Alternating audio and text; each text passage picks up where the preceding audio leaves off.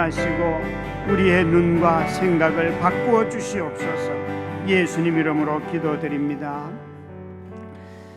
수많은 재난 앞에서 드러나는 인재를 보며 또 완악함을 보며 교만함을 보며 자기 자식만 사랑할 줄 아는 우상을 보는 우리의 한 주간입니다. 하나님이 모든 것으로부터 돌이킬 수 있도록 우리들의 눈을 열어주시고 이 악으로부터 떠날 수 있는 이 민족이 되게 하여 주시옵소서. 특별히 공직의 책임을 맡은 자들에게 하나님, 저들의 무관심이 얼마나 참혹한 일들을 불러오는지 알게 하여 주시옵시고 깨어있게 하시고 성실하도록 은혜를 베풀어 주시옵소서. 아버지 하나님, 무너진 교권을 또 회복하자고 말하지만 정작 자기 자식을 가르치지 못하는 부모가 된 우리들이 어떻게 학교에서 아이들을 선생님에게 맡기겠습니까? 주님, 자식이 우상이 되어버린 이 땅을 긍휼히 여겨주셔서 이 우상으로부터 떠나게 하여 주시옵시고 정말 공교육이 회복이 되도록 은혜를 베풀어 주시옵소서. 가르치는 자들을 귀하게 여기며 그들의 권위가 회복되는 일에 교육부와 모든 지도자들이 정말 심혈을 기울여서 새로운 사회를 볼 수 있도록 도와주시옵소서. 예수님 이름으로 간절히 기도드렸습니다. 아멘. 오늘 함께 나눌 하나님의 말씀은 예레미야서 7장 21절부터 28절까지 말씀은 28절까지 말씀입니다. 함께 우리 말씀을 읽도록 하겠습니다. 21절부터 28절까지 말씀입니다. 만군의 여호와 이스라엘의 하나님께서 이와 같이 말씀하시되 너희 희생 제물과 번제물의 고기를 아울러 먹으라. 사실은 내가 너희 조상들을 애굽 땅에서 인도하여 낸 날부터 너희라 희생에 대하여 말하지 아니하며 명령하지 아니하고 오직 내가 이것을 그들에게 명령하여 이르기를 너희는 내 목소리를 들으라. 그리하면 나는 너희 하나님이 되겠고 너희는 내 백성이 되리라.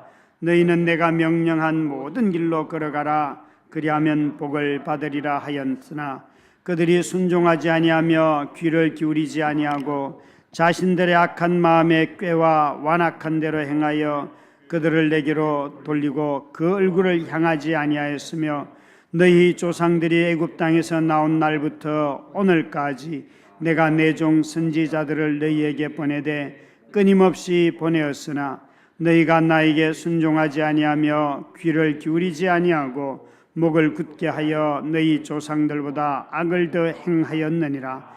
내가 그들에게 이 모든 말을 할지라도 그들이 너에게 순종하지 아니할 것이요 내가 그들을 불러도 그들이 내게 대답하지 아니하리니 너는 그들에게 말하기를 너희는 너희 하나님 여호와의 목소리를 순종하지 아니하며 교훈을 받지 아니하는 민족이라. 진실이 없어져 너희 입에서 끊어졌다 할지니라. 아멘.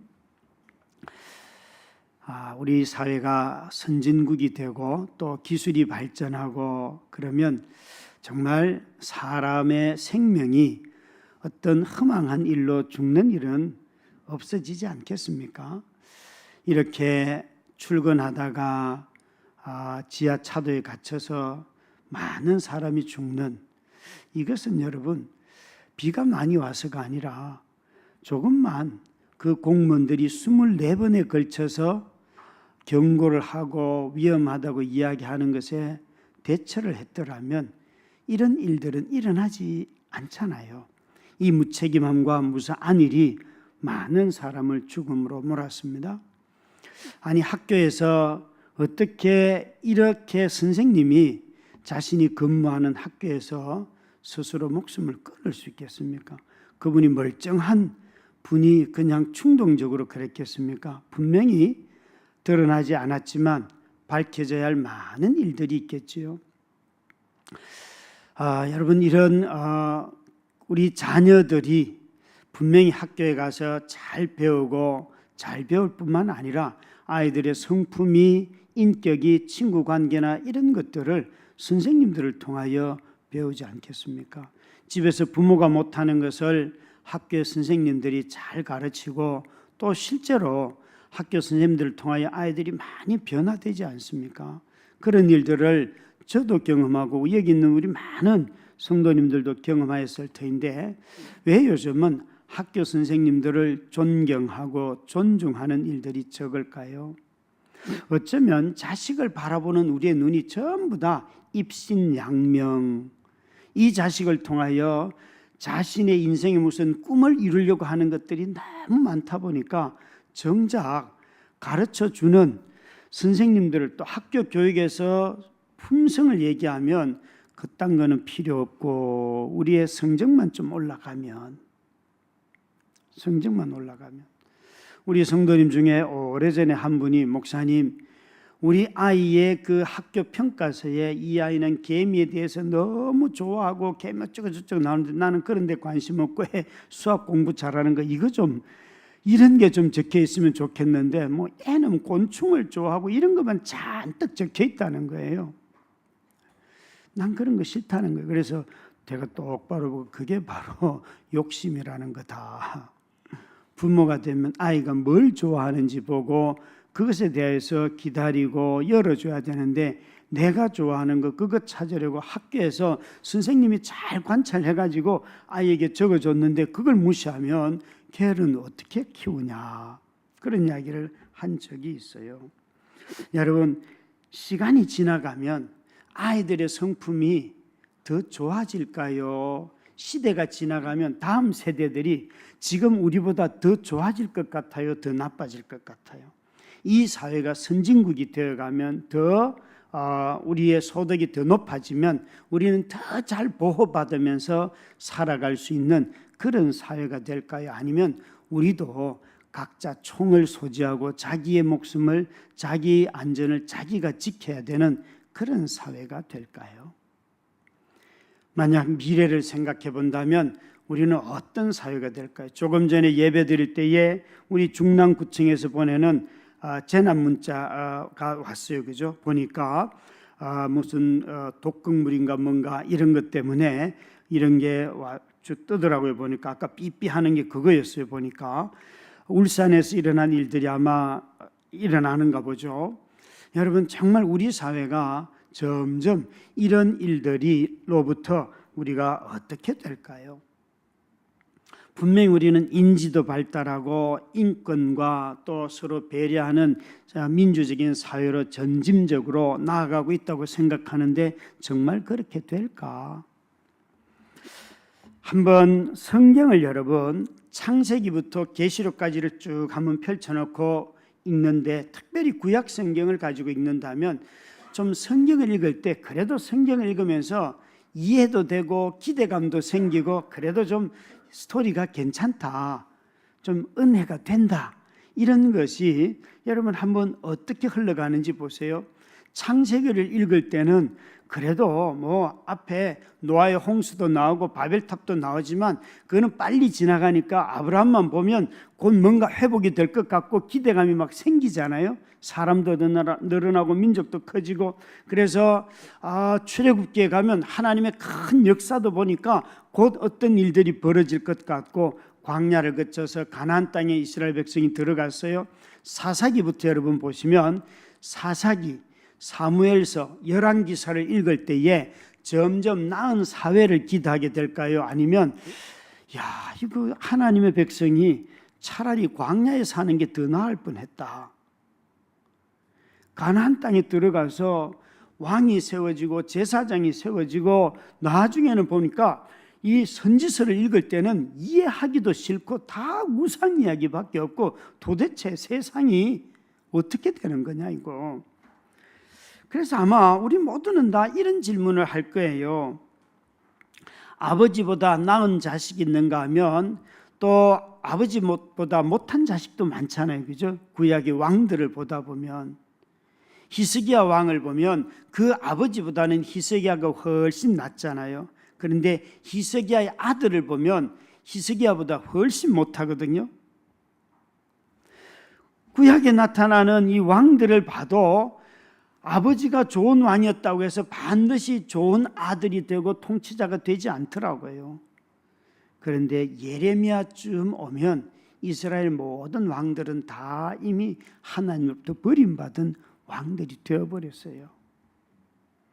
하나님이 의도했던 애굽에서 자기 백성을 불러내서 가나안 땅에 들어와서 새로운 나라를 세우려고 했는데 그 나라는 처참하게 무너지고 약속은 이루어지지도 않고 오히려 그 나라는 다른 나라의 포로가 되어버렸지요. 그래서 오늘 이 예레미야쯤 오면 오늘 읽은 본문에도 끊임없이 이야기하고 계시는데 한 단어로 설명한다면 이렇게 말씀하고 계세요. 26절을 한번 보실까요? 26절을 같이 읽습니다. 시작. 너희가 나에게 순종하지 아니하며 너희 조상들보다 악을 더 행하였느니라. 여기에 예레미야는 자기 백성들을 향하여서 너희가 조상들보다도 더 악을 행하였다 이렇게 말씀하고 있어요. 이 예레미야 시대의 사람들은 이전의 조상들보다 더 악을 행한 게 어떤 일들일까요? 무엇을 하였기에 예레미야는 이 사람들을 보면서 너희가 이전 사람들보다 더 많이 악을 행하였다라고 말하고 있을까요? 21절부터 22절 말씀을 보시면 거기에 만군의 여호와 이스라엘의 하나님께서 이같이 말씀하시되 너희 희생 제물과 번제물의 고기를 아우르러 먹으라. 사실은 내가 너희 조상들을 애굽 땅에서 인도하여 낸 날에 번제나 희생에 대하여 말하지 아니하며 명령하지 아니하고. 이 21절, 22절과 23절과 24절은 완전히 대조가 되어 있는데 하나님이 이렇게 말씀하고 계세요. 너희들이 한번 출애굽 때를 생각해 봐라. 출애굽에 내가 시내산에서 먼저 너희들에게 내가 제사부터 지내라 이렇게 말한 적 있더냐?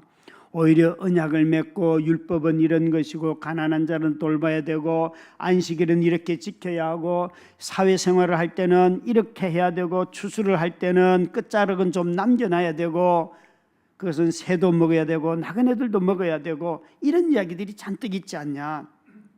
그런데 너희들은 내가 그 다음에 하나님이 율법을 주셨을 때 먼저 우리가 어떤 사회를 이루어야 하는가를 먼저 주셨고 그것을 이루는 것을 가르쳐 주시고 난 뒤에 제사하는 법을 가르쳐 줬는데 너희들은 제사만 딸랑 지키고 실제 하나님이 그 이루어야 할 사회에 대해서 이야기한 것은 다 버렸다.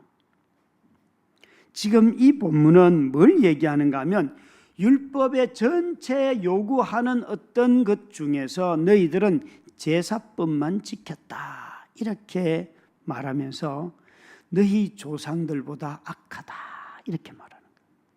너희 조상들은 그래도 나라를 이루어서 해보려고도 했고 이렇게 하나님의 법을 누가 깨우면 돌아오기도 하고 했지만 그러나 너희들은 이제 아예 그 관심조차 없고 이제는 와서 제사 드리는 것만 와서 한다. 번제나 희생 제사 이것들만 너희는 지킨다 말하고 있어요. 여러분 이스라엘 백성들은 제사보다도 구속에 받은 하나님이 애굽에서 우리를 불러내신 죄로부터 우리를 불러내신 것에 대한 감사는 예배보다도 무엇으로 먼저 나타나는가 하면 사회생활로 나타납니다. 사람들과 관계를 맺을 때 서로 사랑하고 남에게 긍휼을 베풀고 이런 걸로 나타나는 그게 먼저라는 거예요. 그런데 너희들은 와서 예배만 딸랑 드리고 나가서 직장생활 할 때는 전혀 다른 모습으로 살지 않냐. 너희들은 교회 와서는 기도를 열심히 가족을 위해서 하지만 집에 가서는 다 자식들을 탐욕의 덩어리로 내 꿈을 이루기 위한 수단과 방법으로 말하지 않냐. 이 이야기를 지금 하시는 거예요. 여러분 예레미야는 지금 그들이 구원받은 자들이 먼저 해야 할 일이 있다면 어떤 종교적 행위보다도 사생활에서 사회생활에서 개인적인 생활에서 먼저 하나님의 말씀을 따르는 것, 로마서 12장 1, 2절의 말씀을 한다면 거룩한 산제사를 드리는 것. 너희가 구원받았으면 너희 삶을 통해서 하나님을 예배하는 거 이게 먼저이다. 이 얘기를 지금 하고 있는 것입니다. 구속받은 백성이 해야 할 일은 교회 와서 예배하는 것보다도 먼저 이웃을 사랑하는 일이다 라고 말씀하고 계시는 거예요. 여러분, 이렇게 교회 와서 하는 이 예배는 여러분 월요일부터 오늘 금요일까지의 삶의 총합이어야 합니다. 이 삶하고 지금 6일 동안 산 삶하고 이 시간하고가 분리가 되면 그것은 하나님이 원하는 예배가 아닙니다. 저는 지금 이렇게 돌아보면 제가 예수 믿고 제일 먼저 거부한 것이 뭐였는가 하면 제사였어요. 제사. 근데 저는 제사가 우상 숭배라고 알고 있습니다. 그런데 지금 돌아보면서 뭘 아쉬워하는가 하면 내가 제일 먼저 예수 믿고 난 뒤에 왜 가족 관계를 다 끊으려고 했을까? 안 믿는 사람들에게 내 신앙은 이거고요, 나는 제사는 거부해요, 그것 먼저 하고 나니까요 가족 관계가 다 끊어졌어요. 그래서 저는 만나는 사람이 전부 다 믿는 사람들밖에 없었어요. 근데 시간이 다 지나고 난 뒤에 돌아보면서 제사를 거부하고 안 하고 그거는 자기 믿음이 좀 자라고 성숙하면 될 일인데 내가 왜 처음부터 이런 관계들을 끊는 걸 제일 먼저 했을까? 여러분은 어떠셨어요? 저는 저에게 신앙을 가르쳐준 선배들이 그런 것들을 먼저 가르쳐줘서 그걸 먼저 했는데 이렇게 돌아보면 오히려 예수 믿고 나면 가족 사랑하는 법 먼저 배우고, 그죠?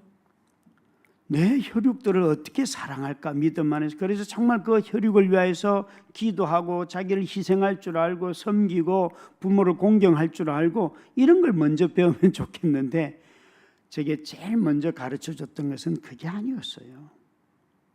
그래서 가족들이 항상 저를 힐난했던 것이 너는 광신자가 되었다.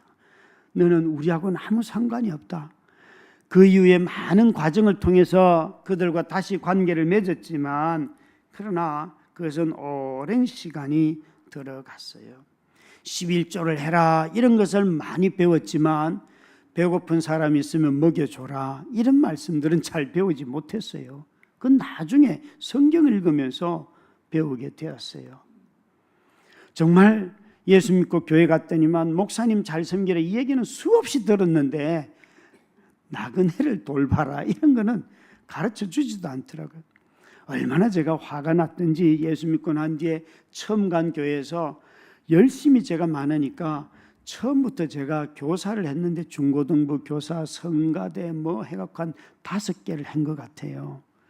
근데 한 5년 정도 그렇게 섬기는데 매년 보니까 목사님의 월급은 올라가는데 중고등부 제가 섬겼던 부서의 한 해 예산은 늘 20만 원이에요. 5년 내내 20만 원. 그래서 어느 날 재직회 때 우리 학생부 예산 좀 올려주세요 그랬더니만 눈빛이 싸해지더라고요. 그러면 제가 5년 동안 그 자료를 가지고 목사님 월급은 이렇게 올랐고 막 따졌어요. 그랬더니만 막 장로님들이 버벅대면서 목사님은 도울 때가 많고 저는 그분한테 밥 얻어먹어 본 적 없어요. 그래서 결국은 그분이 저를 미워해서 제가 다른 교회로 옮겨가게 됐어요. 참 바보 같은 일이죠, 그죠?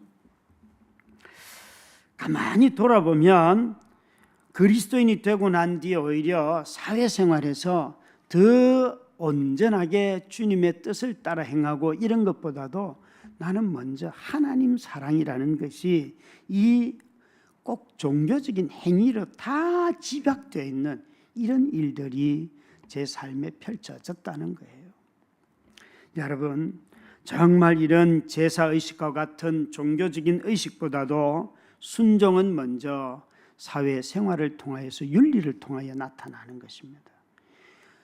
윤리를 통하여. 그래서 마음의 헌신이 어디에 나타나는가 하면 내 삶에 먼저 나타나는 거야. 사생활에, 개인생활에, 이웃관계에서 먼저 나타나는 것이고 그것의 형식을 잘 담아내는 것이 예배의 형식이고 절기의 형식이 되는 것이죠. 헌금을 하고 주의를 지키고 후원을 하고 이 모든 것들은 주님께서 명령한 모든 길을 걸어갈 때 나타나는 것들이지 이것들만 앞세워 가지고 나는 주님을 따랐습니다라고 말하면 예레미야가 비판을 하는 거예요. 사랑하는 성도 여러분, 우리는 다시 한번 이 시대를 보면서 우리가 어떻게 나는 정말 하나님 앞에 나 자신을 드린다 그럴 때에 집에 가정생활을 하면서 나를 부인하는가? 직장 생활에서 나는 나를 부인하는가? 직장에서 사리사욕을 쫓지 않고 의를 쫓아가며 사는가? 이런 것들을 우리가 돌아보는 것이 예레미야가 하던 이 시대와 이 평가를 듣지 않는 길이에요. 조상들보다 더 악한 후손들, 이 첫 번째 모습입니다. 심지어 두 번째로 조상들보다도 더 악하다고 말씀하시는 이유는 이 선지자 예레미야 때쯤 되면 이 구약의 이스라엘 백성들은 제사장이 제일 먼저 그들에게 나타났죠. 제사장을 제일 먼저 세웠어요. 그 다음에 왕이 나타나고 그 다음에 선지자가 나타나요. 그래서 오늘 말씀에도 보시면 24절 같은데 보면 25절 같은데 한번 같이 읽을까요? 25절 같이 읽습니다. 너희 조상들이 애굽 땅에서 나온 날부터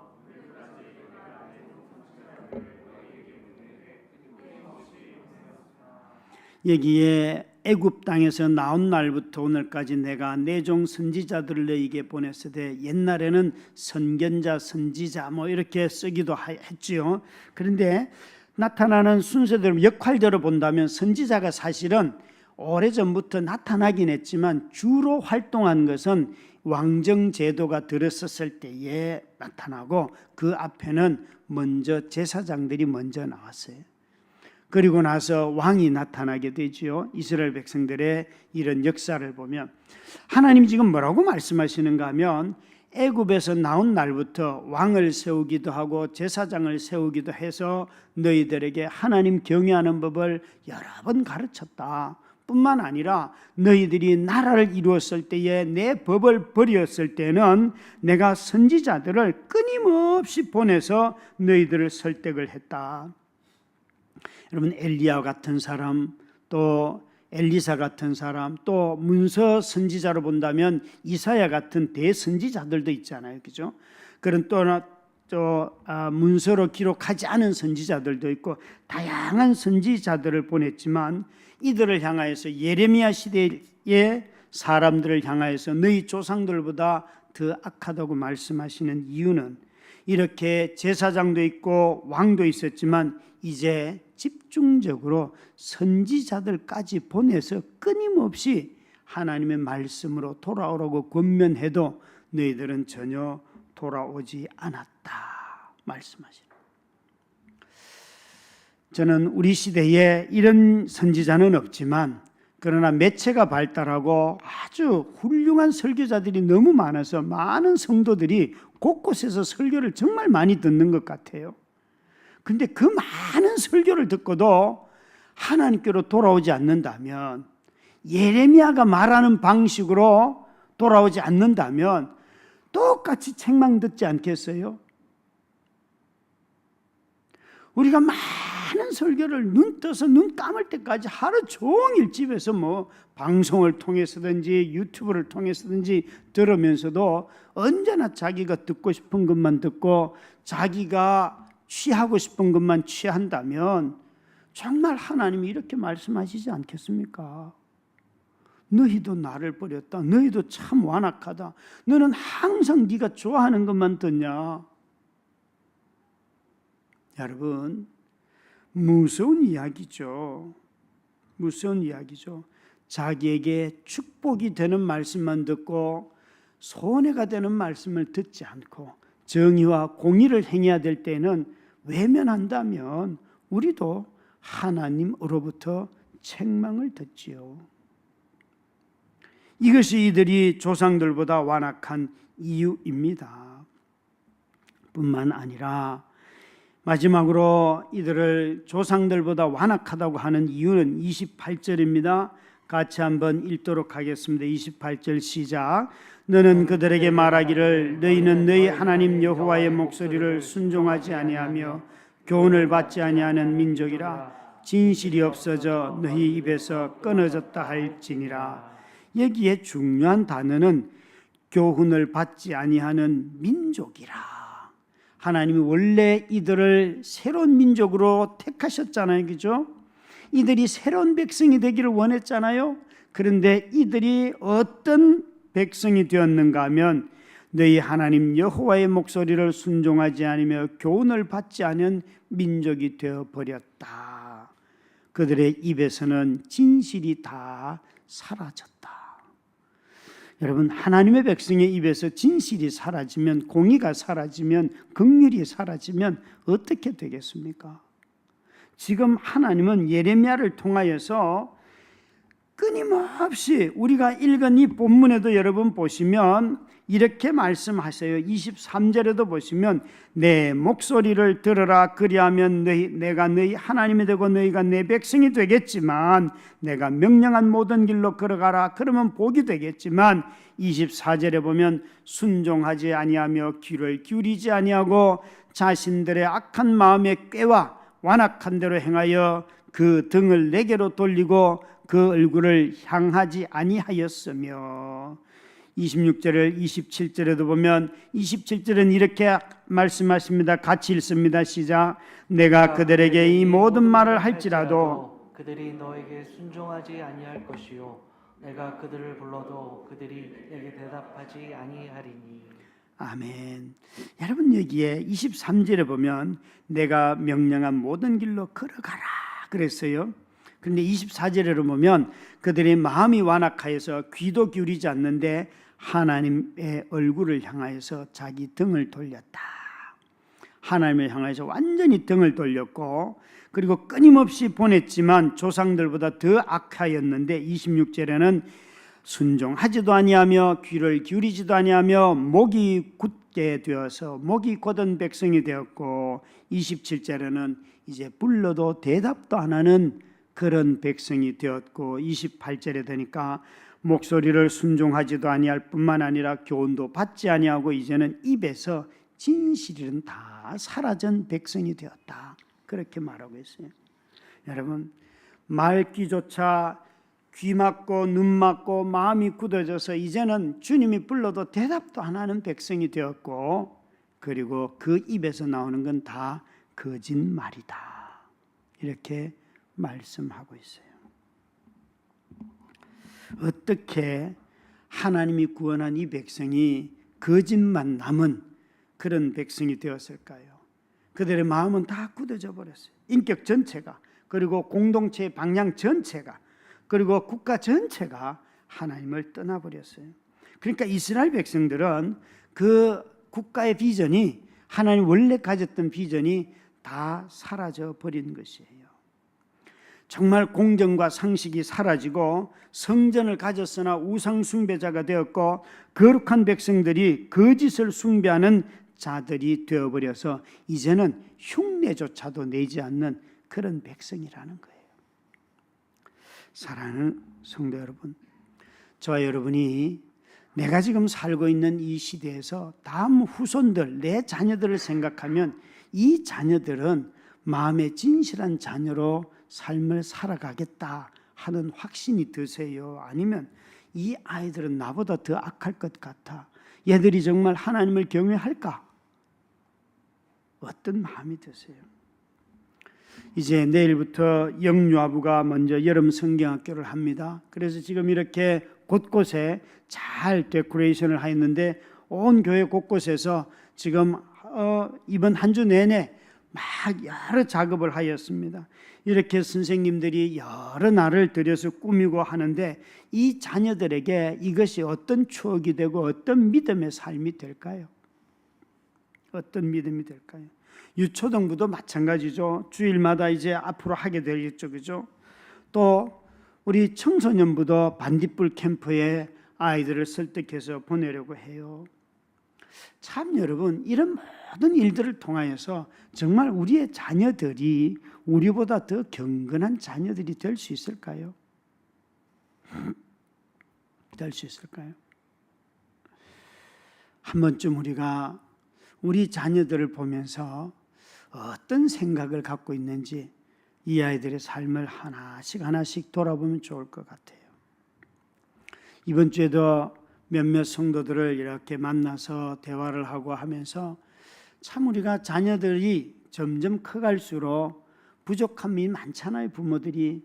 그래서 부모인 자신을 정죄하고 아이를 잘 키우지 못한 것 때문에 괴로워하고 그런 부모들을 만나요. 그럴 때마다 늘 하는 말씀이 용서를 구하시면 됩니다. 자녀에게 용서 구하면 자녀의 마음속에 분노가 남지 않습니다.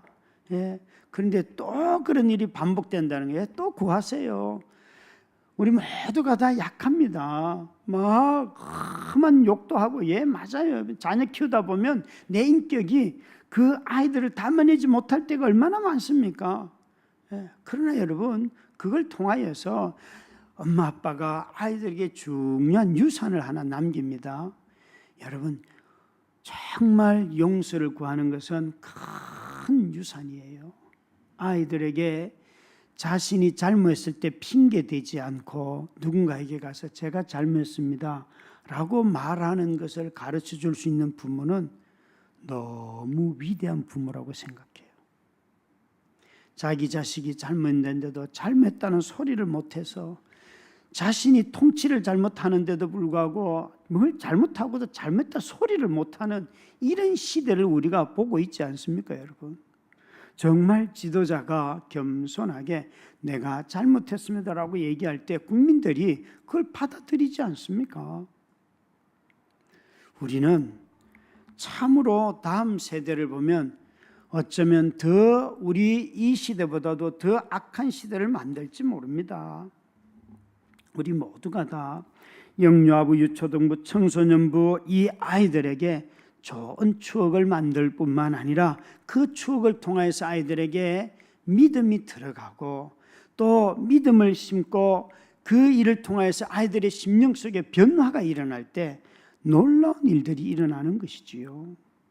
사랑하는 우리 성도 여러분, 이번 여름에 하게 된 이 짧은 시간에 교회 학교에 속해 있는 자녀들을 믿음으로 키우는 것이 이 아이들의 인생에 남은 인생에 차지하는 그 시간의 비율로 본다면 너무 작은 일 아닙니까? 그게 무슨 큰 추억이 되겠어요? 우리 그런 생각을 하죠. 그러나 성령님이 그 일들을 분명히 쓰십니다. 우리는 그 시간의 길이가 전체 생에 비하면 작게 여길지 몰라도 하나님은요, 그 순간을 통해서 영원으로 이어지는 삶을 만들어 가시는 분이 하나님이십니다. 이 예레미야를 통하여서 다시 한번 우리가 하나님의 백성으로 돌아가고 하나님의 백성의 입에서 진실이 회복이 되고 하나님이 원하시는 나라가 이 교회를 통하여서 또 여러 교회들을 통하여서 이루어질 때에 우리는 다시 하나님의 백성을 통하여 이 세상에 소망을 얘기할 수 있지 않겠습니까? 여러분, 다시 한번 예레미야로부터 들었던 이 비판을 듣지 않는 우리 세대가 되기를 주의